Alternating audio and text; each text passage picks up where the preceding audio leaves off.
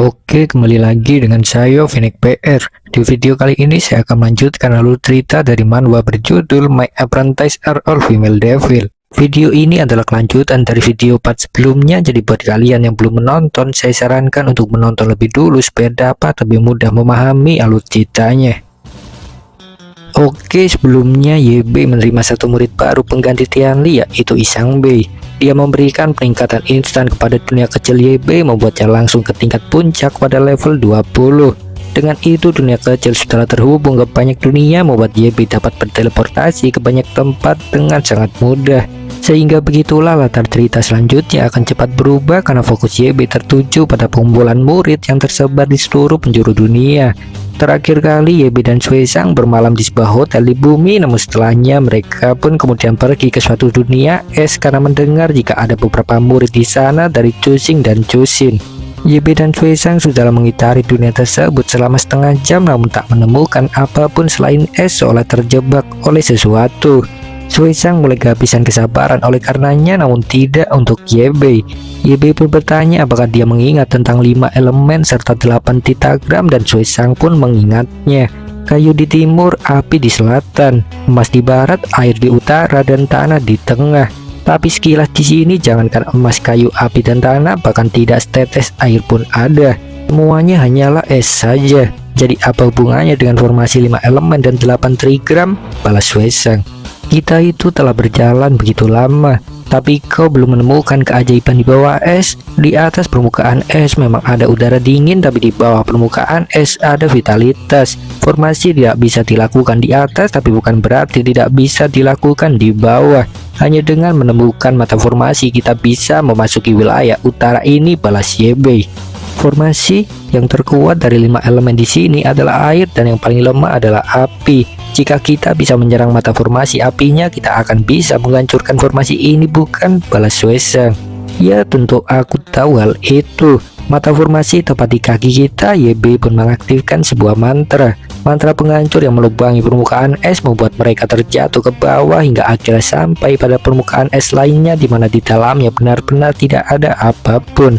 Namun sesaat ketika mereka tiba, sesuatu yang sangat mengejutkan pun kemudian muncul, mengejutkan mereka berdua. Sesuatu yang tidak lain adalah seorang gadis terikat bernama Sielan yang jelas mereka berdua kenal karena dia adalah salah satu murid YB. Pandangannya kosong seolah sangat menderita. Suesang yang cemas pun kemudian bertanya padanya siapa yang berani membuatnya seperti itu, namun tidak ada jawaban. Dan lebih dari itu, YB justru menatapnya bingung seolah tidak melihatnya. Gadis konyol, ada apa denganmu? Tenanglah, kau telah jatuh ke dalam perangkapnya, ucap YB, dan Suesang pun akhirnya tersadar. Dia pun bertanya apa yang sebenarnya sudah terjadi, dan YB pun menjawab jika formasi es di atas hanyalah makanan pembuka saja, dan formasi di sini adalah formasi 5 elemen dan 8 trigram yang sebenarnya. Orang-orang yang masuk akan terkena ilusi kebencian serta keinginan. Jika orangnya tidak bisa menenangkan pikirannya, dia akan menjadi mata formasi itu sendiri atau menjadi makanan bagi makhluk-makhluk di sini, ucap YB. Suesang pun meminta maaf karena sudah lalai. Tapi bagaimanapun suara itu sepertinya membangkitkan darah dan keinginan di hatiku, dan aku tidak bisa mengendalikannya, balasnya.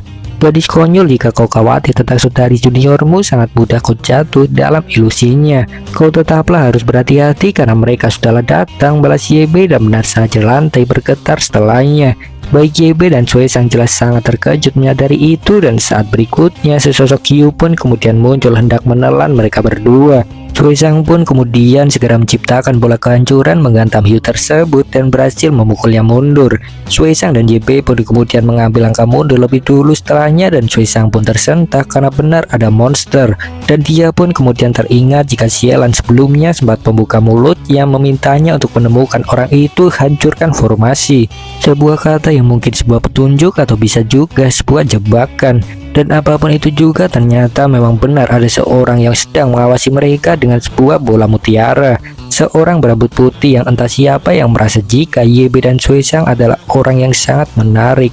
Dan beralih kembali ke sisi YB dan Suesang, lebih banyak hiu pun kemudian muncul menyerang mereka.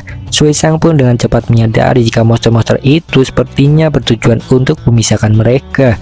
Dan orang yang disebut Sielan seharusnya menjadi pengendali di belakang kelompok monster ini, pikir Suesang. Dan benar saja lebih banyak monster hiu kemudian muncul membuat saya semakin yakin. Begitu juga dengan YB. YB pun kemudian menggunakan daun binatang milik Cusin dan Cusing menciptakan monster hiu petir. Itu membuat para monster hiu ketakutan dan secara tak terduga monster hiu itu pun kemudian justru melarikan diri. YB pun kecewa karena monster yang ternyata tidak seberbahaya dugaannya. Sementara tiba-tiba kepala Suesang menjadi sakit karena mendengar suara orang yang sedang menangis. Mereka pun kemudian buru-buru datang ke lokasi menyusuri terowongan bawah tanah hingga akhirnya menemukan seorang gadis. Suesang pun bertanya siapa dia, mengapa menangis, dan gadis itu pun menjawab karena gurunya sudah tewas, membuat Suesang dan YB sangat terkejut. YB pun kemudian bertanya siapa nama gurunya itu dan gadis itu pun menceritakan semuanya. Saat itu ketika aku masih muda, ada seekor monster di desa dan dikatakan bahwa harus mengirim wanita kecil untuk mengendalikan monster itu.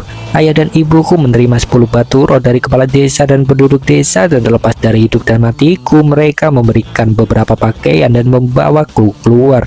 Dengan aku yang lemah, aku tidak bisa melarikan diri dan aku pasrah ketika aku dibawa ke monster itu. Dan waktu itu guru turun dari langit membunuh monster dan menyelamatkanku dari sana. Dia mengajariku kultivasi, mengajari balas dendam, dan mengajariku apa itu cinta keluarga. Hingga akhirnya tepat 300 tahun yang lalu aku melihat dia mati tepat di depan mataku dan tidak ada yang bisa aku lakukan. Aku menangis selama 300 tahun ini dan mataku dibutakan oleh air mata selama 300 tahun. Tapi aku masih tidak dapat mengembalikan semua ini, ucap gadis berambut merah. Suesang dan YB pun tersentak karena cerita itu begitu familiar dan mereka pun langsung menyadari jika itu pasti Xielan. Xielan pun akhirnya tersadar jika yang datang adalah kakak seniornya, teringat suaranya dan kemudian dia pun meminta tolong. Suesang pun bertanya padanya mengapa bisa menjadi seperti itu, menyatakan akan membawanya pergi, namun YB segera menghentikannya. Gadis konyol, apakah kau sudah lupa Xielan itu masih tergantung di susunan 5 elemen dan 8 trigam di pintu menunggu kita kembali dan menyelamatkannya, ucap YB. Dan benar saja Xielan kemudian mulai menghilang dengan sendirinya, menunjukkan itu hanyalah ilusi belaka. Suesang pun tersentak melihat itu dan mulai menjadi ragu bahkan pada YB. Guru, jika Xielan adalah ilusi, apakah guru juga ilusi juga? Atau dari saat pertama aku melangkah ke wilayah utara, aku sudah memasuki ilusi, ucap Suesang menatap tajam. Gadis konyol, apa yang kau bicarakan, kemarilah. YB pun mengulurkan tangannya. Tidak, kau adalah semua keinginan hatiku. Jika aku jatuh ke dalam perangkapmu, aku takut aku akan mendapat masalah dan tidak akan pernah bisa keluar lagi, balas Suesang. Dia bertekad akan lolos dari ilusi dan benar saja ternyata YB di sampingnya itu hanyalah ilusi belaka. Di suatu wilayah lain, YB asli terlihat sedang memanggil-manggil namanya. Dia berada di sebuah tempat yang jauh dari es dan menjadi bingung karena tepat seusai membicarakan tentang 5 elemen, Suesang tiba-tiba menghilang. YB pun dengan cepat menyadari jika pasti ada seseorang yang sengaja memisahkannya. Tapi sayangnya siapapun orang itu, dia telah salah menargetkan orang. Jika kau punya trik lain, gunakan saja, tidak perlu lama-lama. Apa kau takut? Ucap YB. Dia begitu percaya pada Suesang karena bahkan sebelumnya saja dia hampir tewas saat di menara waktu ketika Suesang menganggapnya sebagai ilusi belaka. Apapun itu, tepat di depannya kini terdapat 2 pintu. Yang merah bertuliskan kematian, sedangkan yang putih kehidupan. Tampaknya kau itu sangatlah percaya diri. Apa kau pikir kau adalah dewa di sini untuk dapat mengendalikan hidup dan mati siapapun? Orang lain harus memilih jalan yang kau tetapkan. Baiklah, karena kau begitu yakin bahwa kau bisa membunuhku, maka aku akan pergi ke gerbang kematian untuk melihat siapa yang bisa mengatur hidup dan matiku. YB pun benar-benar masuk ke gerbang kematian dan kemudian bertemu dengan Xielan yang menangis mengatakan gurunya telah meninggal. YB pun hendak menggapainya sebagai respon alami dan tiba-tiba Xielan menghilang memunculkan serangan spiritual cukup kuat. Benar saja itu hanyalah ilusi belaka dan tak lama setelahnya pun sesosok monster banteng kemudian muncul. Itu adalah monster kuno yang terkenal sangat kuat hingga bahkan membuat YB cukup terkejut. Monster banteng itu pun kemudian melesat mengatap YB yang kemudian membalasnya dengan tinjuan. Gelombang luar biasa pun tercipta dari bentrokan mereka. YB pun kemudian menebaskan jarinya, namun sang monster banteng dapat menghindar. Dia pun kemudian menebaskan satu serangan lain, namun sang monster banteng juga dapat menghindarinya. Monster banteng pun kemudian menyerang balik mengangkat kepalanya dan YB pun melompat mundur untuk menghindari serangan tersebut. Dan YB pun akhirnya menyadari adanya suatu hal yang aneh. Setelah aku bertarung terus-terusan dengan monster ini, kekuatan fisik, sensitivitasku, dan powerku telah meningkat banyak. Mungkinkah sebenarnya ini adalah tempat latihan tingkat atas, gerbang kematian bagi yang kuat, dan gerbang kehidupan bagi yang lemah, pikir YB. Dan sementara itu, monster banteng pun kemudian mulai menyerang lagi. Dia menyeruduk YB yang kemudian menghantamnya balik dengan pukulan kuat yang berhasil menjatuhkan monster banteng. Setelah menembus batas fisik, terakhir kali aku belum menemukan cara untuk menembus batas kelima.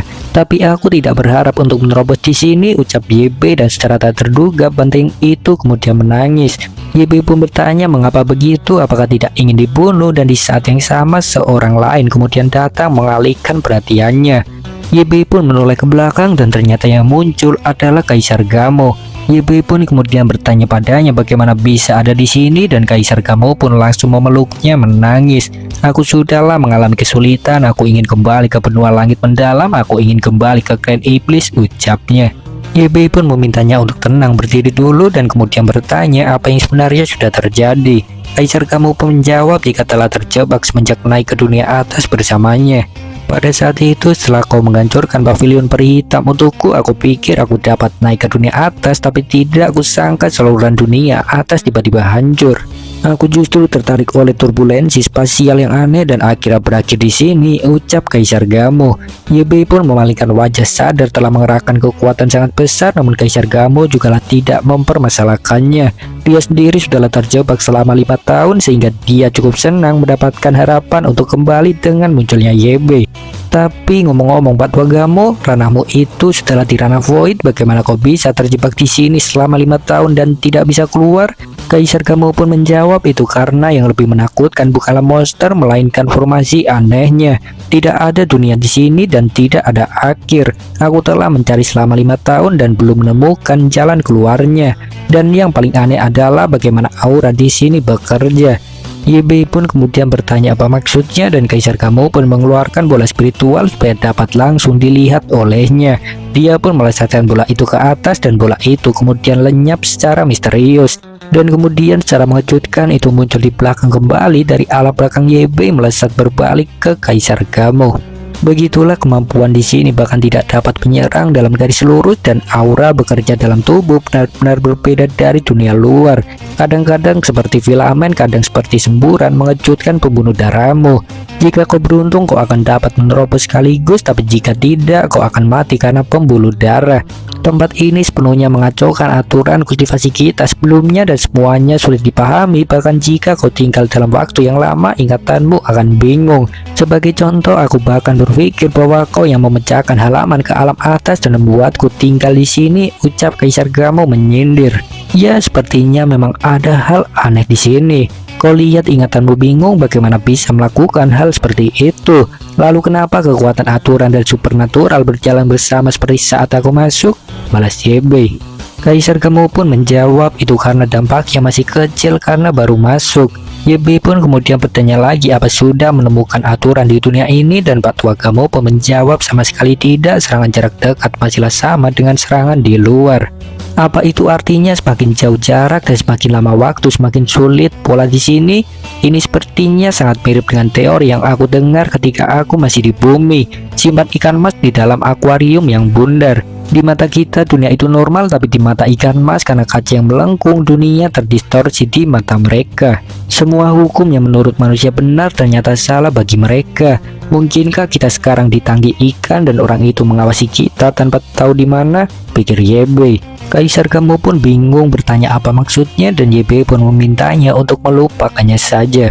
Apa yang ingin kukatakan adalah bahwa jika kau ingin pergi dari sini, kau harus memecahkan tangki ikan yang merupakan penghalang di sini atau mencari tahu hukum dunia yang terdistorsi ini, balas YB. Kaisar Gamo pun merasa itu sangat sulit karena bahkan sama sekali tidak bisa menemukan di mana penghalangnya, dan YB pun memintanya tenang saja karena sudah mendapatkan ide. YB pun kemudian meminta segenap kekuatan Kaisar Gamo untuk meledakkan seisi tempat, jelas membuatnya terkejut. Kultivasi, keberuntungan, dan nasib semua diberikan padamu, kau bilang? Maksudmu apa, kau ingin aku mati? YB pun tersenyum menjawab itu benar, menegaskan jika itu adalah satu-satunya cara untuk keluar. Kaisar Gamo pun balik bertanya, bagaimana kalau kau saja yang memberikan semua itu padaku, dan YB pun jelas menolaknya. Dan dia pun kemudian langsung menyerang Kaisar Gamo yang menghindar mundur ke belakang karena menyadari jika ada aura orang lain dalam tubuhnya. Kaisar Gamo pun tersentak karena sudah ketahuan, sementara YB pun bersiap menyerang lagi. Serangan jarak jauh tidak cukup, maka kita akan bertarung jarak dekat. YB pun melesat menghantamkan pukulan sangat kuat menggempaskan Kaisar Gamo. Dia pun menghantam dinding di belakang dan itu hancur berkeping-keping. YB pun kemudian langsung mengejarnya, dan di balik dinding itu pun sebuah ruangan yang sangat berbeda terlihat. Ruangan megah dengan seorang pria tua berdiri di atas anak tangga. YB pun dengan cepat menyadari jika dia pasti dalang di balik semua ilusi, dan Pak Tua itu pun tidak mengelak. Dia menjawab itu benar dan kemudian memperkenalkan dirinya yang bernama Wang Mingxuan Chen dari ujung utara. Tanpa basa-basi, YB pun kemudian menawarkan kesepakatan dengannya akan melepaskannya jika mau mengembalikan murid-muridnya, mengingat dia tidak menunjukkan niat membunuh.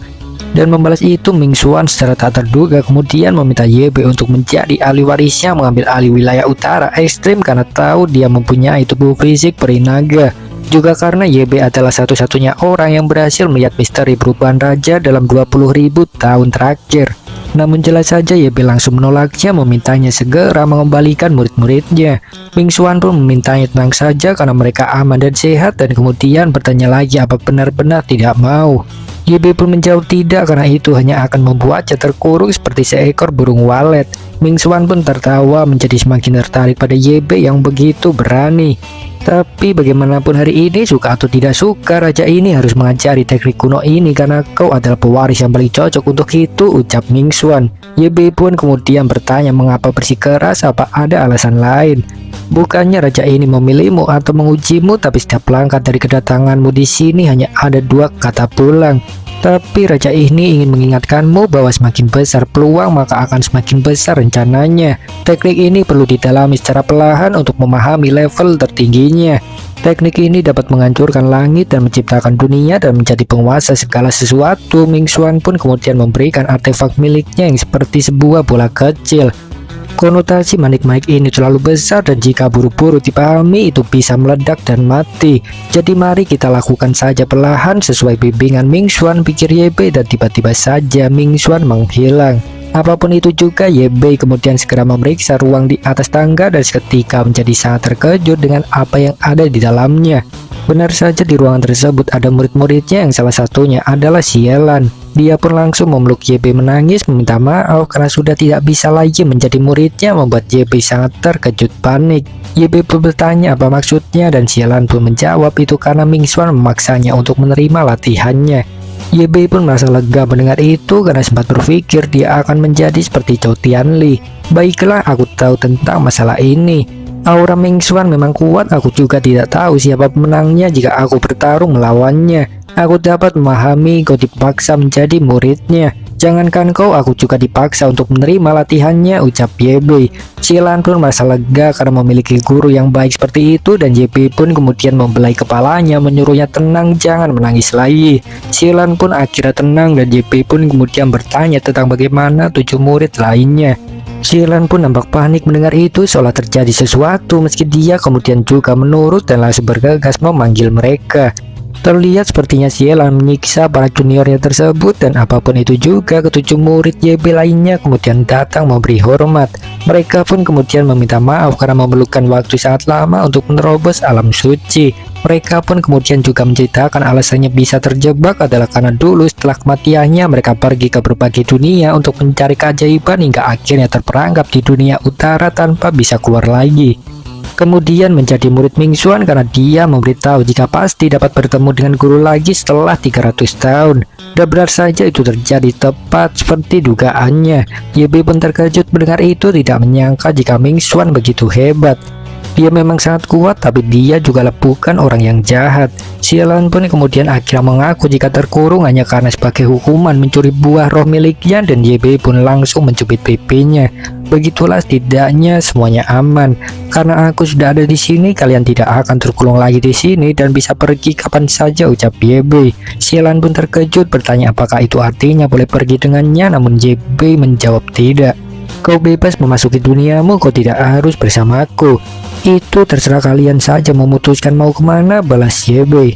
Xielan yang iri dengan Sui Sang pun bertanya mengapa dia boleh, dan YB pun langsung memukul kepalanya menegaskan jika dia itu juga saudari iparnya.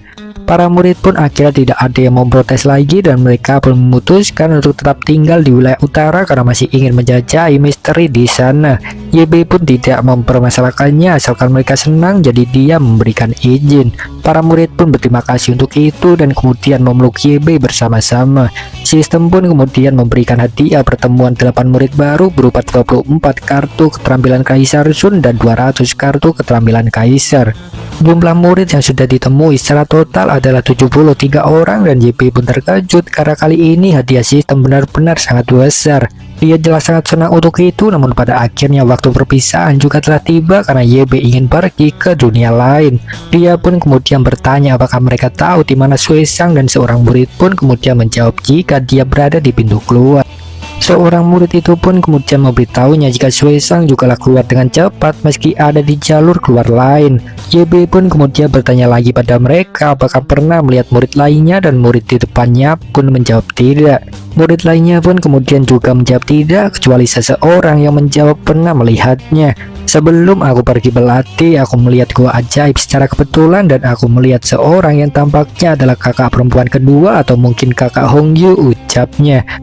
Gua ajaibkah? Aku sudah lama mendengar bahwa itu adalah gua harimau Longtan, dan setiap orang yang pernah ke sana hampir mati. Tidak mengherankan jika ada muridku yang terjebak di dalamnya. Jadi baiklah, lalu aku akan pergi ke gua ajaib lebih dulu. Mungkin aku bisa menemukan peluang untuk menginspirasi manik-manik yang diberikan oleh Ming Xuan padaku ini, dan kemudian kembali ke alam atas. Aku khawatir tidak ada yang akan menjadi lawanku lagi nantinya. YB pun tertawa.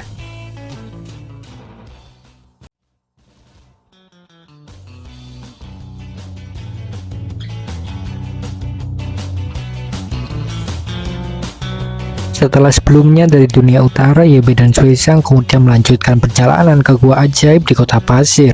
Sebuah kota yang tepat seperti dengan namanya itu dipenuhi oleh pasir. Mereka berjalan cukup lama hingga akhirnya menemukan sebuah kedai teh di depan. Sui Sang pun menawarkan kepada YB untuk beristirahat saja sebentar dulu di sana, dan YB pun menyetujuinya. Dan kemudian di tengah perjalanan terlihat seorang brutal yang mengejar dua orang anak. Seorang gadis tersebut membawa dua sabit untuk memenggal kedua anak tersebut, namun tiba-tiba kepalanya hilang lebih dulu. Jelas saja serangan itu tidak lain dilesatkan oleh YB. Kedua anak itu pun menangis, belum menyadarinya sangat takut karena pada awalnya hanya ingin mengambil air saja. YB pun kemudian mendatangi mereka mengatakan jika sekarang sudah aman, dan kedua anak itu pun terkejut. Mereka sangat senang tidak menyangka bisa selamat. Air mata adalah hal yang paling tidak berguna. Tidak hanya tidak akan menyelamatkan temanmu dan juga keluargamu, tapi juga membuatmu menjadi seorang pengecut yang hanya bisa tenggelam dalam kesedihan, ucap YB. Adikku dan Jenderal berkata bahwa air adalah hal yang paling berharga di sini. Begitu juga air mata, tapi setiap kali aku melihat semua orang pergi satu persatu, aku tidak bisa menahannya, balas bocah pasir. Menangis dan perpisahan terakhirmu. Hanya ketika kau menangis, jiwa-jiwa yang mati yang belum pergi jauh dapat mendengar suaramu dan kembali untuk melihat, balas YB. Entah apa maksudnya. Apapun itu, bocah pasir itu pun kemudian menjamu YB ke rumahnya untuk berterima kasih. Dia memberikan air yang jelas sangat berharga yang telah diberikan oleh adiknya, dan sang jenderal meminta YB untuk jangan sampai menyia-nyiakannya setetes pun. YB pun kemudian hanya bertanya mengapa terus menyebut adik dan jenderal, siapa mereka itu sebenarnya. Bocah pasir pun kemudian bertanya balik apakah YB seorang peri dari dunia lain, dan YB pun menjawab benar. Ada banyak peri yang datang kepada kami untuk beristirahat karena setelah melewati wilayah kami terdapat goa ajaib. Mereka mengatakan bahwa ada banyak harta di gua ajaib yang dapat membantu orang berkultivasi, tapi aku hanya tahu bahwa ada iblis pemakan manusia yang tinggal di dalamnya. Iblis-iblis itu memperlakukan kita sebagai makanannya dan secara teratur akan datang untuk berburu untuk menggunakan daging dan jiwa kita sebagai bahan bakar kultivasi mereka, ucap bocah pasir. YB pun kemudian bertanya lantas kenapa tidak pergi jika ada bahaya semacam itu, dan bocah pasir pun menjawab itu bukannya karena tidak ingin. Hanya saja kami tidaklah bisa pergi karena iblis itu telah membentuk semacam penghalang. Kecuali mereka yang terbunuh dan formasinya telah rusak, kami tidak akan pernah bisa pergi dari tempat ini. Sejak lahir hingga sekarang aku tidak pernah keluar. Aku juga belum pernah melihat padang rumput dan sungai yang disebut oleh saudara perempuanku. Orang yang kami cintai terus terbunuh satu persatu, dan kemudian anak-anak baru tumbuh terbunuh oleh mereka. Orang-orang peri yang telah berada di sini belum mampu mengalahkan iblis-iblis ini. Setelah satu gelombang dan gelombang lainnya, hanya jenderal yang bertahan, ucap sang bocah pasir. Yubei pun kemudian bertanya memangnya siapa jenderal tersebut, dan bocah pasir pun menjawab jika dia adalah wanita paling heroik di dunia dengan busurnya sebagai senjata. Dia berjuang keras untuk membantu kami mempertahankan satu sisi wilayah dan menyelamatkan kami dari nasib dimakan balasnya. Satu nama pun terlintas dalam benak Sui Sang ketika mendengar dia membawa busur, karena ada satu murid yang menggunakannya bernama Hong Yu. Jenderal adalah kepercayaan kami semua di Sacheng. Dialah yang mengajari kami apa itu perlindungan dan apa yang kuat. Hari ini aku datang ke sini untuk menunggu dia dan saudara perempuanku. Hari ini aku datang ke sini untuk menunggu dia dan saudara perempuanku. Aku tidak berharap monster menyelinap ke formasi jenderal jadi seperti yang Anda barusan lihat. Baiklah, untuk menyelamatkanmu aku sudah memberitahumu segalanya. Anda harus pergi secepatnya karena iblis itu sangatlah kuat, ucap bocah pasir. Yubei pun bertanya bagaimana jika menolak, dan bocah pasir itu pun menegaskan jika itu sungguhan tidak sedang berbohong. Sangat menarik untuk mendengar apa yang kau katakan. Aku juga ingin bertemu dengan jenderal dan iblis pemakan manusia itu, balas JB. Dan kemudian sebuah sinyal pun tiba-tiba muncul, berupa alarm transmisi suara mengartikan adanya banyak iblis yang menyerang. Bocah pasir itu pun sangat panik mencemaskan sang jenderal, dan menanggapi itu pun YB kemudian memintanya memimpin jalan. Kami juga ingin ikut bersenang-senang, ini mungkin juga membantu jenderalmu, ucap YB. Shin pun berpindah setelahnya ke area kekacauan di mana terlihat seorang gadis memegang tombak sedang bertarung melawan monster. Gadis itu melesat menusukkan tombaknya, namun sang monster menghantamnya lebih dulu dengan pukulan. Gadis itu pun terhempas karena pukulan yang sangat kuat, dan tepat pada saat itu seorang gadis lain kemudian menarik busurnya. Dia pun melepaskannya melesat tepat ke arah sang monster, menghasilkan gelombang ledakan sangat kuat melenyapkan monster tersebut. Gadis tombak pun kemudian mendatangi gadis panah untuk berterima kasih, memanggilnya jenderal. Hari ini monster-monster ini tidaklah normal. Tidak hanya jumlah mereka yang meningkat, tapi kekuatan mereka juga 3 kali lebih kuat dari biasanya. Mereka seperti memakan semacam pil untuk meningkatkan kekuatan mereka, ucap gadis panah. Jadi apa yang harus kita lakukan sekarang? Hari ini kita telah kehilangan sebagian besar pasukan kita, dan jika ini terus berlanjut kita akan kalah jumlah dan kota akan segera dikuasai oleh monster, balas gadis tombak. Tenanglah, jika gelisah kau hanya akan lebih cepat kalah. Kekuatan tempurku adalah yang terkuat, aku bertanggung jawab untuk menarik sebagian besar daya serangan. Kau dan yang lainnya bertanggung jawab untuk mendukung, dan kau harus bertahan selama yang kau bisa, ucap gadis panah. Tapi jenderal, Anda telah berjuang selama 3 hari 3 malam, dan jika Anda mau lagi, saya khawatir jika kau ragu kau akan kalah. Jika kau tidak melakukan yang terbaik, bagaimana bisa kau melindungi orang yang ingin kau lindungi, balas gadis panah. Beralih ke atas sebuah bebatuan pasir, YB pun akhirnya telah sampai. Bocah pasir pun kemudian memberitahunya jika di sanalah tempatnya melawan monster, dan YB pun tersenyum karena apa yang dia lihat adalah benar-benar muridnya yang bernama Hong Yu. Sui Sang pun kemudian bertanya apa harus langsung maju saja, dan YB pun kemudian meminta bocah pasir untuk kembali dulu merawat orang terluka di kota. Bocah pasir pun berterima kasih, dan tak lama setelahnya suatu hal mengejutkan pun terjadi. Sui Sang pun meminta YB segera melihatnya dengan cemas karena ternyata Hong Yu sudah dikepung oleh monster yang jumlahnya sangat banyak. Meskipun begitu juga Hong Yu sama sekali tidaklah gentar. Sekumpulan monster itu pun kemudian hendak menyerangnya, dan YB pun segera bertindak. Ingin menyakiti murid dewa ini? Tanyakan dulu apakah dewa ini setuju atau tidak. YB pun melepaskan guntur menyambar semua monster. Serangan yang jelas sangat kuat yang mampu melenyapkan semua monster dalam sekejap tanpa sisa. Hong Yu pun dengan cepat menyadari jika itu adalah YB gurunya, dan dia pun segera berlutut memberi hormat. Di sisi lainnya, para monster tersisa pun menjadi ketakutan melihat kedatangan YB, dan mereka pun kemudian melarikan diri. Sui Sang pun memeriksa jejak aura yang para monster tinggalkan, mendapatkan jika itu lebihlah seperti aura iblis. Begitu juga YB merasakan hal yang sama, mengartikan jika itu memang bukan aura monster melainkan aura iblis. Sepertinya manusia dan iblis dikultivasikan dengan energi spiritual. Tapi iblis lahir dari kebencian dan keinginan yang sama sekali berbeda dari jalur kultivasi iblis manusia, dan aura di tubuh mereka secara alami sangat berbeda. Aura pada tingkat iblis di depannya jelas merupakan aura, jadi mereka secara alami adalah iblis bukan kultivator manusia, ucap YB. Sui Sang pun kemudian bertanya lagi bagaimana bisa ada iblis di gua ajaib tersebut, dan kemudian Hongyu yang sudah lelah diabaikan pun memanggil mereka. YB dan Sui Sang pun tersentak ketika baru mengingatnya, dan Hongyu pun kemudian memberi hormat sekali lagi pada YB. Si Hongyu, apakah kau puas dengan dia pertemuannya? Hongyu pun berterima kasih. Tapi kebangkitan Anda sudahlah merupakan hadiah terbesar yang telah Anda berikan kepada saya, balas Hongyu. YB pun kemudian bertanya siapa gadis yang dia pangku itu, dan Hongyu pun menjawab dia adalah asing. Dia adalah rekanku yang menemaniku melalui hidup dan mati. Dia baru saja terluka parah untuk membantuku. Jadi guru, bisakah Anda menolongnya? Balas Hongyu. Baiklah, orang yang membantu muridku secara alami aku akan membantunya. Kau juga sudah terlalu lama menderita, balas YB. YB pun kemudian memeriksanya dan menemukan jika asing terluka terlalu dalam dan memerlukan ramuan surgawi untuk bisa diselamatkan. Untungnya Hongyu mempunyai satu yang mana itu merupakan pemberian YB dulu. Dia pun kemudian meminumkannya pada asing, dan benar saja setelahnya dia mulai membaik meski belum sadarkan diri. YB pun kemudian memintanya untuk membiarkannya beristirahat dulu saja. Dan mari kita berbicara mengapa kau begitu baik pada orang ini.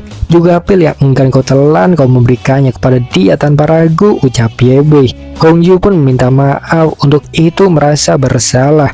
Hongyu, cepatlah bangun, apakah kau tidak mengerti jika guru ingin menghukummu kau sudah diasingkan? Mengapa harus menunggu sampai sekarang, ucap Sui Sang. Ya, setelah guru meninggal aku melakukan perjalanan keliling dunia dan tidak ingin kembali ke tempat menyedihkan di benua langit mendalam. Jadi aku datang ke sini secara tidak sengaja. Dan melihat anak-anak tidak bersalah dan cantik ini di sini, aku ingat bagaimana guru memperlakukanku dulu. Aku benar-benar tidak tahan melihat mereka ditelan oleh monster, jadi aku tetap tinggal di sini. Asing dibesarkan olehku, orang tuanya dibunuh oleh monster, dan dia hanya bisa tinggal bersama adik laki-lakinya. Dia itu pada dasarnya cukup kuat dan dia sangat penyayang dan baik. Aku selalu menganggapnya sebagai saudara perempuanku. Guru telah menyelamatkanku juga murid lainnya, jadi aku berpikir ingin seperti Anda menyelamatkan mereka yang membutuhkan, ucap Hongyu. Baiklah, lupakan saja, jangan bicarakan ini lagi. Sebagai seorang guru, aku tidak datang untuk mengejarmu, aku hanya ingin mengingatkanmu, pernahkah kau menemukan bahwa monster-monster ini bukan monster tapi iblis? Tanya YB, dan Hongyu pun menjawab memang merasa mereka aneh. Meskipun monster ini kuat, terkadang reaksi mereka selalu lambat, seolah seorang mengendalikan mereka dari belakang.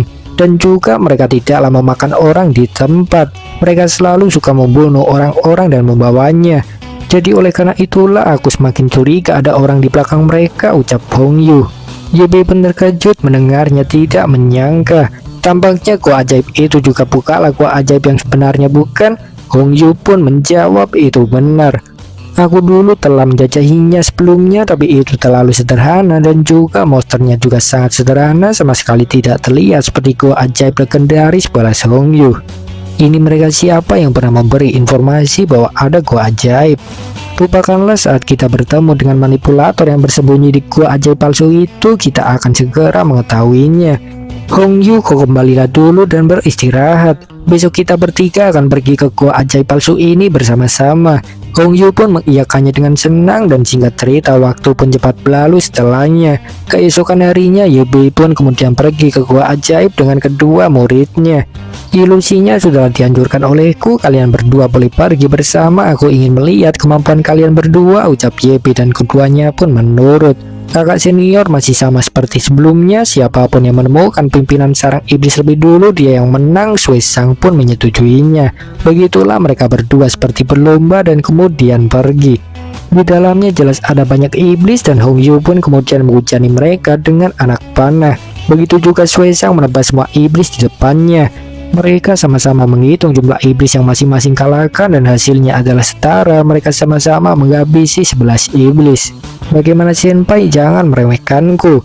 Ya, kau memang selalu menjadi dewa perang kecil kami. Aku tidak pernah meremehkanmu, balas Suesang.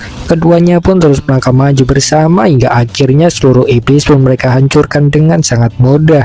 Mereka pun sampai ke ujung ruangan bertemu dengan bos para iblis yang terlihat ketakutan. Mereka itu menyiksa kami seperti rumah jagal, mengepung dan menangkap kami dan bahkan asing.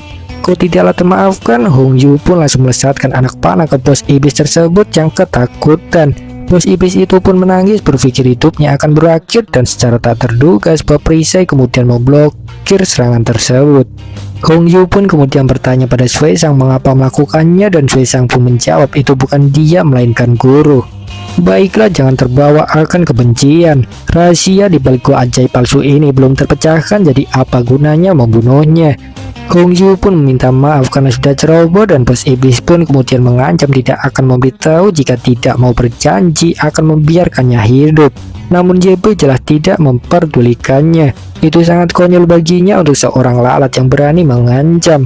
YB pun kemudian mengeluarkan aura intimidasi membuat sang bos iblis sangat ketakutan karena aura YB menimbulkan perasaan lebih berat daripada kematian. Saya bodoh, saya tidak berani mengancam Anda, tolong biarkan saya pergi, saya akan menceritakan semuanya. Sang bos iblis pun berlutut menyedihkan. YB pun kemudian memintanya cepat mengatakannya saja, dan sang bos iblis pun menjawab jika dewa abadi Tianluo lah yang telah membawanya. Aku bertanggung jawab untuk membantunya mencintakan monster dan membentuk pasukan iblis, ucapnya. YB pun sangat terkejut karena lagi-lagi dalangnya adalah Pak Tua Tianluo, tidak lain adalah orang yang terakhir kali dia lawan sebelum terkirim ke bumi. Kota pasir sangat tandus, mengapa kau memilih tempat ini sebagai markas? Apakah ada sesuatu? Tanya Hong Yu. Tidak ada hujan di kota pasir sepanjang tahun dan aura di sini juga sangat istimewa. Dan itu adalah kekuatan yang sangat murni. Jika Anda menggunakan metode rahasia yang diberikan oleh Dewa Abadi Tianluo, Anda dapat memberikan monster menjadi iblis. Aku hanyalah bidak caturnya dan semua ini tidak ada hubungannya denganku, balas bos iblis. Alam atas, kemudian aula pedagang iblis di area Nantian. Kemudian pavilion lelang di kota Tianzhou, rekrutmen bakat 9 aliansi tanah abadi, dan sekarang kota pasir. Semuanya tampak dihubungkan oleh benang tak terlihat. Dan utas ini adalah dewa abadi Tianluo. Dia telah menghabiskan begitu banyak pemikiran, semuanya untuk merebut sumber daya monster, alkimia, makhluk abadi, dan pasukan iblis. Apakah dia ingin menjadi penguasa 3000 dunia? Pada awalnya gadis Luo dan aku secara tidak sengaja mengacaukan rencananya dan menghancurkan tanah abadi 9 aliansi. Dan aku diasingkan ke alam lain karena ini, tapi aku bertemu dengan pasukan dia lagi. Nampaknya dalam kegelapan semuanya memiliki perhitungan yang pasti, pikir YB. Bagaimanapun dia sudah mendapatkan cukup informasi sehingga yang tersisa hanyalah membunuh sang iblis tidak berguna tersebut. Sang iblis pun memberontak, merasa sudah memberitahu segalanya. Dan secara tak terduga dia pun kemudian mengaktifkan formasi dan menghilang dalam sekejap seperti berteleportasi. Sial, itu semua salahku karena aku melamun sebentar sehingga pimpinannya mengambil kesempatan untuk lari. Hong Yu pun menyalahkan dirinya. Tenanglah, aku tidak menyalahkanmu. Melihat formasi ini, itu seharusnya menjadi jalan keluar yang telah diatur sejak lama. Saat dia menyerahkan diri tadi, itu hanya untuk menurunkan kewaspadaan kita saja, balas YB. Tapi bagaimana jika dia melarikan diri dan melapor pada bosnya dan membawa lebih banyak orang ke sini? Aku khawatir kota pasir. Tenanglah, dia terluka tidak hanya kehilangan kota pasir tapi juga mengungkapkan banyak hal tentang dewa abadi Tianluo. Saat ini tidak mungkin baginya untuk menemuinya, balas JB. Suesang pun kemudian bertanya apa yang harus dilakukan selanjutnya, dan JB pun langsung bergerak masuk ke formasi teleportasi. Kejar dan lihat apa yang bisa dia lakukan lagi, ucapnya.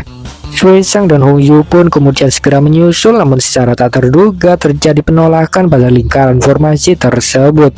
Keduanya pun panik, menyadari itu adalah jebakan sebagai respon alami. Beralih ke sisi YB, dia pun terkirim ke sebuah dunia yang penuh akan bunga merah. Auranya tadi masih ada, tapi kenapa sekarang hilang tanpa jejak? Apakah ada trik di sini? YB pun bingung. Hembusan angin sekitar pun membawa bunga-bunga merah bertebaran dan JB pun bersin oleh karenanya. Jenis sebuk sari apa ini sampai bisa menembus tubuh fisikku? Juga apa yang sebenarnya terjadi di sini? Fondasinya tiba-tiba bergetar. Juga ilusi samba macam apa ini aktif saat bersin? YB pun kebingungan. Peringatan-peringatan ada manusia liar yang menyerang menghua-hua. Selamatkan iblis, ada yang datang, selamatkan iblis, teriak seorang peri. Dan kemudian banyak peri pun berdatangan mengepung YB. Manusia maju selangkah lagi dan kau akan menanggung akibatnya, peri itu pun mengancam. Makhluk apa ini? Mengapa mereka memiliki kekuatan spiritual begitu rapuh dan mereka juga tidak terlihat begitu pintar? Dengan kekuatan kecilmu itu kau ingin melukaiku? Peri itu pun menjawab, benar. Manusia sombong, jangan mengira kekuatanmu adalah segalanya. Karenamu memang tak terbayangkan dan kami bukanlah yang kuat di matamu. Tapi jika kau membunuh salah satu dari kami, itu akan menyebabkan lautan bunga gelap menjadi tidak seimbang dan kemudian kau akan dihancurkan di dunia kami, balasnya. Satu memakmurkan, satu menghancurkan semuanya. Memikirkannya dengan hati-hati ini memang cara paling sederhana yang paling efektif untuk monster level rendah bertahan hidup. Makhluk kecil ini sangat lemah sehingga akan mati jika aku menjentikan jari saja. Apa yang harus kulakukan untuk menemukan seorang tanpa menyakiti mereka? YB pun bingung. Bagaimana manusia? Takut kan? Serahkan 3000 tetes air spiritual dan kami akan membiarkanmu pergi dengan selamat, ucap sang peri. YB pun menjadi memiliki ide mendengar itu dan dia pun kemudian langsung mengeluarkan air wadici tanah suci Tianxi. Pada dasarnya itu mengandung banyak aura sehingga bisa disebut sebagai air spiritual. Monster kecil ini belum pernah melihat dunia dan mereka hanya berani meminta 3000 tetes air spiritual.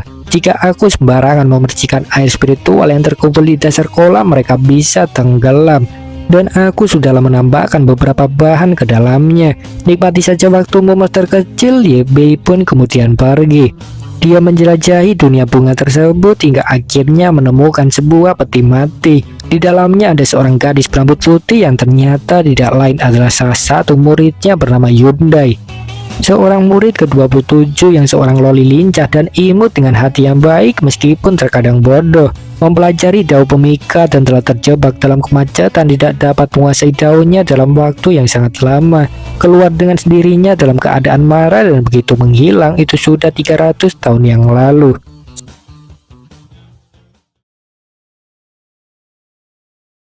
Di sebuah dunia yang dipenuhi oleh bunga merah, sebelumnya YB menemukan salah satu muridnya berada di peti mati bernama Yundai. Jelas saja melihatnya dia sangat terkejut karena kebetulan yang begitu baik. YB pun kemudian memanggilnya memintanya bangun namun sama sekali tidak ada jawaban. Yundai dia membisu seolah benar-benar mati namun YB sama sekali tidaklah panik sedikit pun. Tidak ada jawabankah? Apakah itu masih sama seperti 300 tahun yang lalu? Ya, mari kita coba saja. YB pun menciumnya. Dan benar saja itu berhasil. Yundai akhirnya membuka matanya. Dia terlihat sangat senang karena dao pemikatnya akhirnya telah berhasil. Dia sangat penasaran dengan siapakah orang yang telah membantu dao pengikatnya dan dia pun terkejut karena itu tidak lain adalah gurunya sendiri. Apakah kau berharap ada seorang untuk membantumu mencapai dao pemikat lebih tinggi? Ini aku, hahaha, ucap YB. Kenapa juga harus kau lagi guru? Yundai pun kecewa. Dahlah, dao pemikatku belum berhasil. Aku harus berbaring lagi dan menunggu orang berikutnya datang dan menciumku. Dia pun kembali ke peti mati. Xiao Yun, muridku yang baik, aku sudah tidak melihatmu selama 300 tahun. Tidakkah kau datang untuk memberi hormat pada gurumu ini? Balas YB. Dan Yundai pun kemudian menyuruhnya diam, jangan berisik. Saat itu karena dirimu guru, semua orang memanggilku loli. Pada akhirnya semua orang memperlakukanku sebagai adik perempuan dan dao pemikatku tidak berguna sama sekali. Sebagai hasilnya dao semua saudaraku akan segera terbentuk, tapi aku masih terjebak kemacetan. Dan oleh karena itulah akhirnya aku menggunakan metode terlarang. Jika aku berhasil aku akan bisa menerobos, tapi aku masih dikacaukan lagi olehmu guru, ucap Yundai. Yang disebut sebagai metode terlarang adalah kau hanya berbaring di sana seperti putri tidur menunggu orang lain menciummu. Jika seorang bisa menciummu tanpa rayuan, kau bisa berhasil pada dao pemikatmu. Apa yang kau lakukan di sini? Cepatlah bangun, gadis konyol. YB pun mencubit pipinya. Aku itu akan berhasil, jadi aku menyalahkanmu guru karena kau mengganggu rencanaku. Salahku kau bilang? YB pun mencubit pipinya semakin kuat dan Hyundai pun menjawab memang iya. Baiklah, lupakanlah, aku tidak akan mengenalimu lagi sebagai murid. YB pun kemudian pergi, namun Hyundai menahannya. Kenapa? Apa kau ingin aku jadi gurumu lagi? Hyundai pun meminta maaf, menjelaskan hanya terkejut saja. 300 tahun yang lalu aku pergi hanya untuk menyelesaikan rencana ini, tapi ketika aku membuka mata, aku masih melihatmu, guru. Tidakkah itu membuatmu terkejut? Balas Hyundai.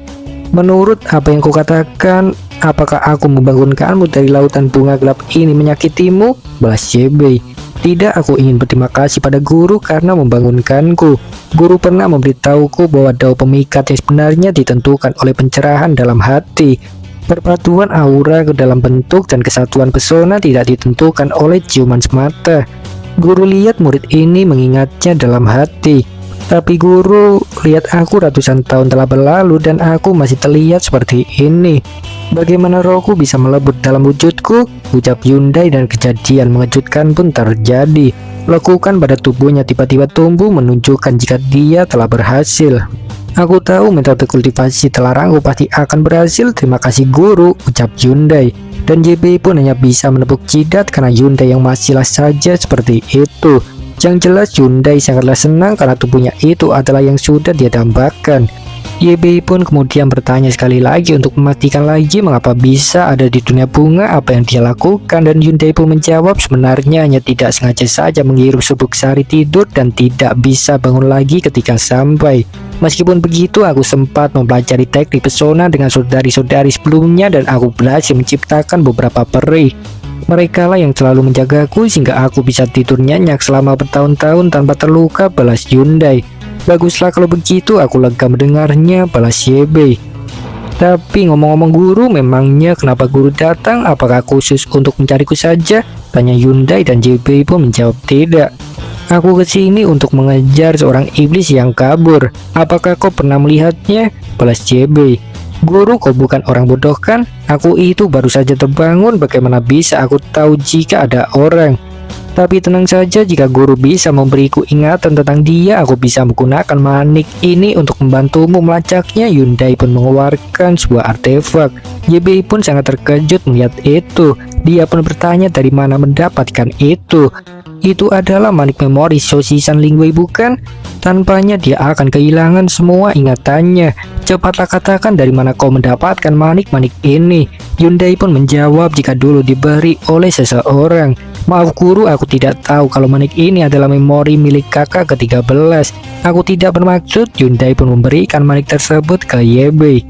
Kakak ke-13mu itu mengalami pembantaian ketika dia masih sangat muda, dan semua artefak langit dan harta dalam keluarganya diambil, hanya menyisakan dia sebagai anak berusia 3 tahun saja. Aku tidak tahu apakah itu untuk balas dendam yang kejam atau mencegah balas dendamnya. Musuh juga menghancurkan akal dan ingatan spiritualnya. Sejak itu dia menderita gangguan ingatan.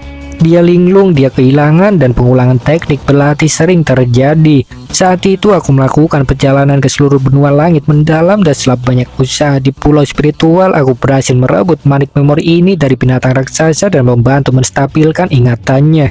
Jadi sekarang manik ini ada padamu, sulit membayangkan apa yang akan terjadi kepadanya.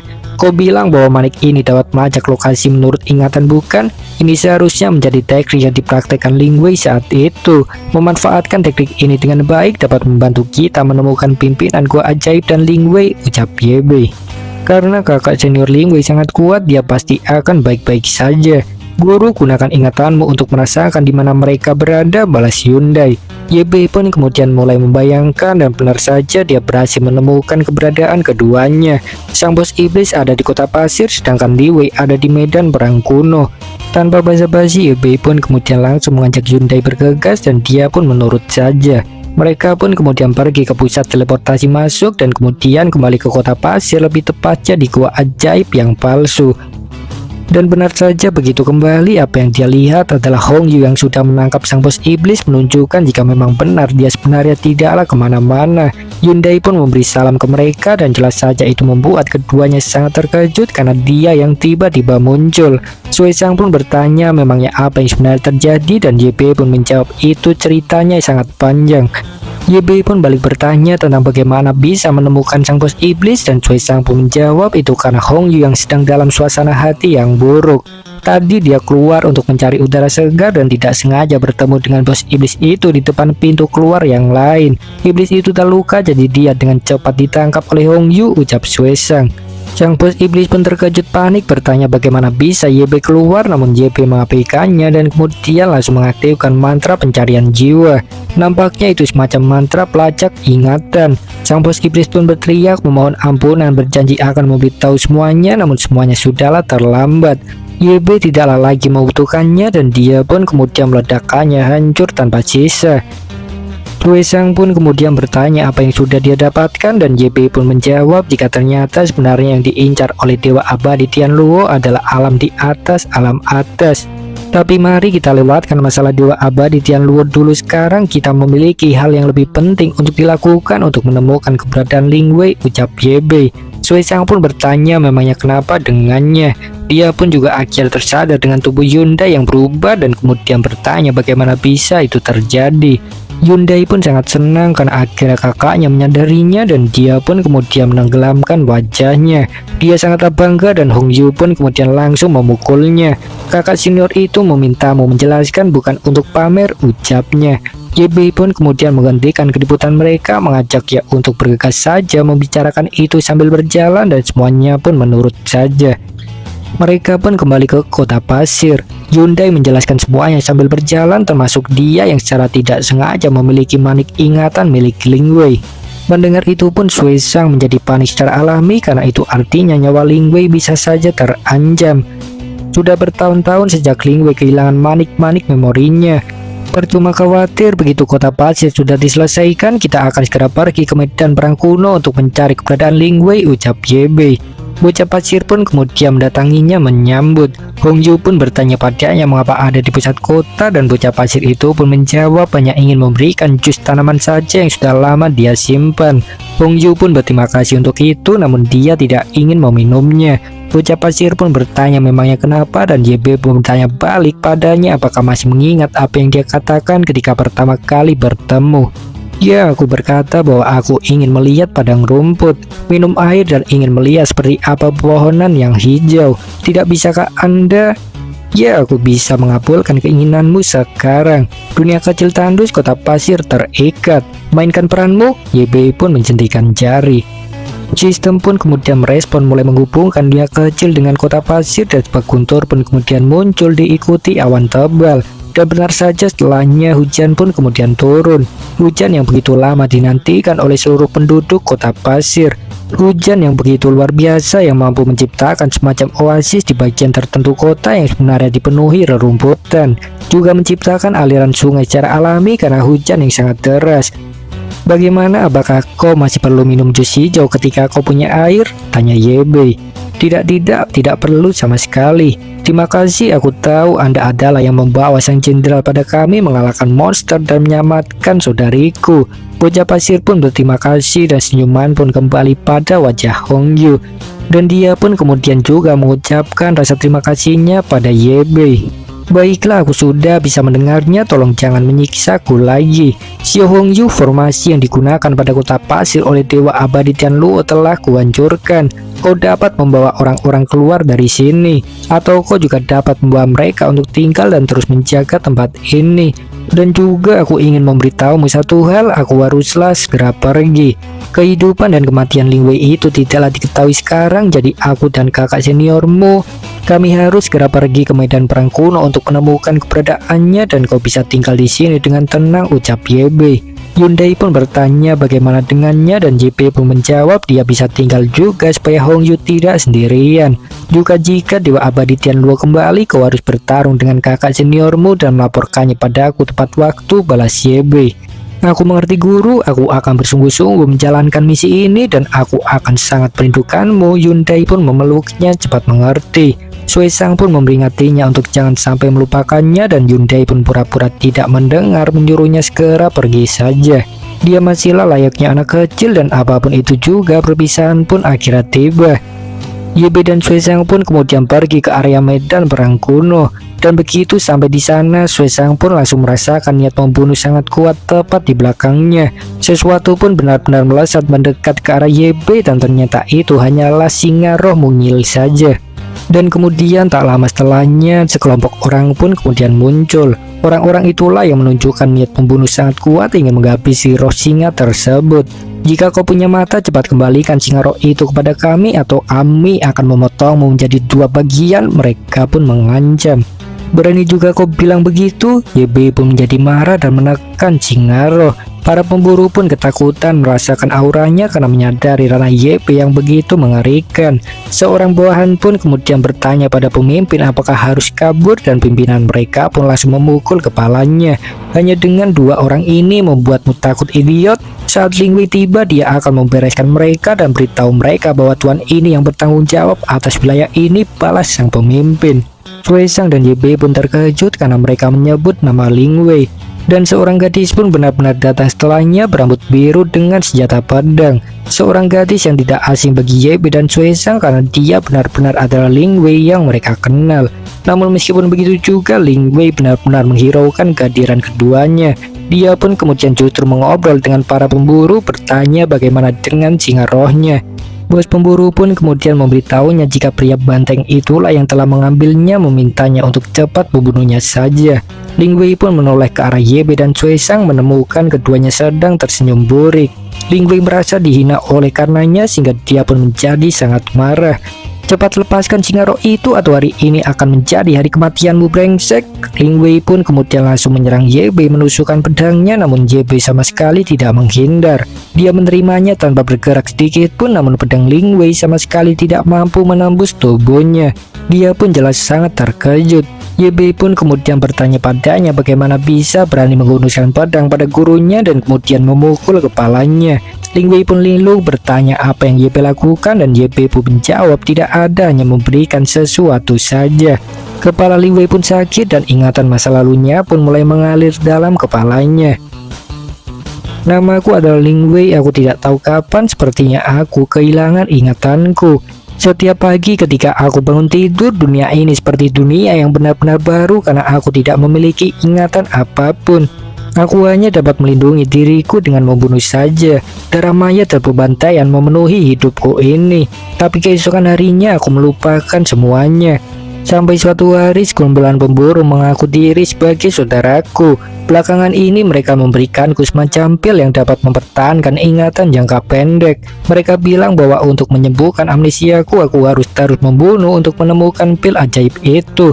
Terkadang aku nyaris terbunuh oleh karenanya, namun mereka bilang itu semua untukku.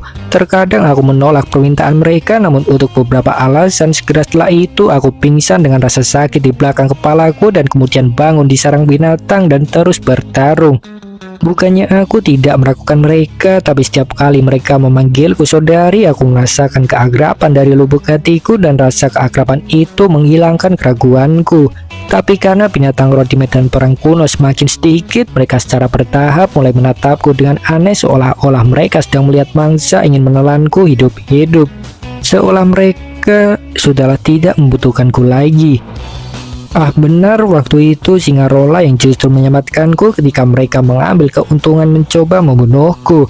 Belakangan ini banyak momen penting dan singa roh kecil lah yang sudah membantuku, tapi aku justru melupakannya.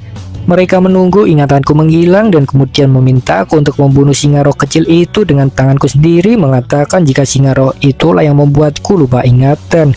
Ling Wei tersentak ketika mengingat semua itu.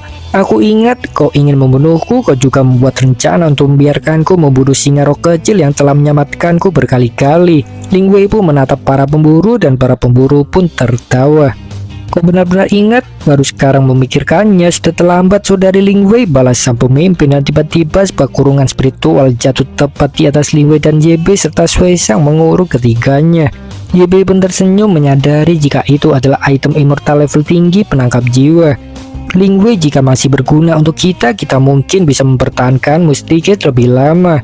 Jadi salahkan dirimu saja untuk menjadi tidak berguna lagi, ucap sang pimpinan pemburu. Jadi dari awal kalian berbohong kepadaku, menjadikanku boneka kalian. Ling Wei pun sangat marah. Ya itu benar, kau hanyalah bocah liar sehingga mudah untuk memperdayamu, balas pimpinan pemburu. Baguslah kalau begitu, aku tidak harus menunjukkan belas kasihan lagi.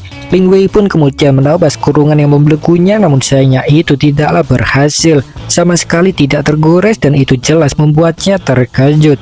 Bagaimana bisa gagal, aku sudahlah menebas ke posisi yang benar bukan? Pikir Ling Wei. Dan kemudian secara tak terduga sesuatu mulai bermunculan dari bawah kakinya. Sesuatu seperti jiwa orang-orang mati yang mulai menelannya. Ling Wei mengejutkan bukan? Inilah penjara pengupasan jiwa. Di tempat dari jiwa 3000 hantu yang ganas mampu merobek kekuatan spiritual seorang lapis demi lapis hingga jiwanya tercabik-cabik. Kau telah membantuku mendapatkannya kembali dan sekarang cocok digunakan untuk berurusan dengan jiwa lemah sepertimu, ucap sang pimpinan pemburu. Jelas Ling Wei sangat marah mengetahui semua itu, namun dia juga tidak bisa melakukan apapun. Jangan bersedih gadis, ketika jiwamu hancur dan aku menyerap kekuatan spiritualmu, kau tidak lagi harus digunakan oleh orang lain dan kau tidak perlu bertarung setiap hari, ucap sang pemimpin, sementara Ye Bei dan Sui Sang hanya berdiri diam. Tidak ada satupun jiwa mati yang menelan keduanya dan itu membuat sang pemimpin sangat terkejut ketika menyadarinya. Dia pun bertanya bagaimana bisa dengan panik dan Ye Bei pun menyuruhnya diam. Kau itu telah memperalat Ling Wei. Jika ada jejak kebaikan mungkin aku akan mengampuni hidupmu hari ini. Tapi sayang sekali kau tidak lebih dari bajingan busuk. Ye Bei pun menghancurkan sangkar pengupas jiwa. Para pemburu itu pun sangat terkejut bertanya-tanya bagaimana bisa semudah itu dan Ye Bei pun menyuruh mereka berlutut mengeluarkan aura intimidasi sangat kuat. Para pemburu itu pun berlutut seolah ada tekanan gravitasi yang sangat kuat yang memaksa mereka. Para pemburu itu pun menjadi sangat panik menyadari jika Ye Bei sangatlah kuat. Seorang bawahan pun bertanya apa yang harus dilakukan, namun bos pimpinan juga tidak tahu karena bahkan tidak bisa bergerak. Bajingan, kau telah menahan Ling Wei selama ratusan tahun di sini dan kau menggunakan amnesianya untuk mengontrolnya. Jadi hari ini aku akan membalas dendam untuk muridku. Aku akan membuatmu merasakan apa yang dirasakan oleh Ling Wei, menghapus kultivasi kalian, mengunci di medan perang kuno, membiarkanmu dihancurkan dan menderita segala macam siksaan, ucap Ye Bei. Pimpinan pemburu pun memohon ampunan, berjanji akan menjadi orang baik, membela diri, mengatakan tidak menyakiti Ling Wei, namun jelas saja Ye Bei tidaklah peduli. Dia pun langsung menghapus kultivasi mereka semua dan kemudian membuang mereka ke pusat medan perang kuno supaya diburu para monster. Sui Sang pun kemudian memberitahu Ling Wei jika pria banteng itu adalah gurunya yang sudah membantunya membalas dendam. Dia pun meminta Ling Wei untuk mendekat, namun Ling Wei hanya terdiam. Dia takut jika akan digunakan lagi. Dia sama sekali tidak bisa percaya setelah semua yang sudah terjadi dan dia pun kemudian langsung pergi begitu saja, tidak ingin lagi mempercayai siapapun. Sui Sang pun kemudian bertanya pada Ye Bei mengapa tidak mengejarnya, mengapa tidak langsung saja memberikan manik memorinya. Pikiran dan jiwa Ling Wei sedang terganggu, tidak baik untuk membawanya kembali dengan paksa. Aku sudah meningkatkan rasa jiwanya, jadi tidak perlu terburu-buru, mari kita beristirahat dulu saja. Nanti dia juga akan kembali dengan sendirinya, ucap Ye Bei. Sui Sang yang masih cemas pun kemudian bertanya bagaimana jika ingatannya menghilang lagi. Gadis konyol, coba pikirkan apa yang akan kau lakukan jika kau menjadi Ling Wei, balas Ye Bei. Sui Sang pun berpikir sejenak. Tentu saja aku tidak akan bisa mempercayai siapapun lagi.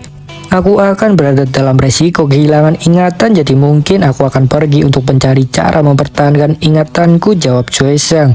Tepat sekali, dia pasti akan mencari para pemburu itu lagi untuk mendapatkan sebuah pil, balas Ye Bei. Sui Sang pun memujinya karena begitu pintar dan Ye Bei pun nampak sombong menjawab tentu saja itu karena bagaimanapun aku adalah gurunya.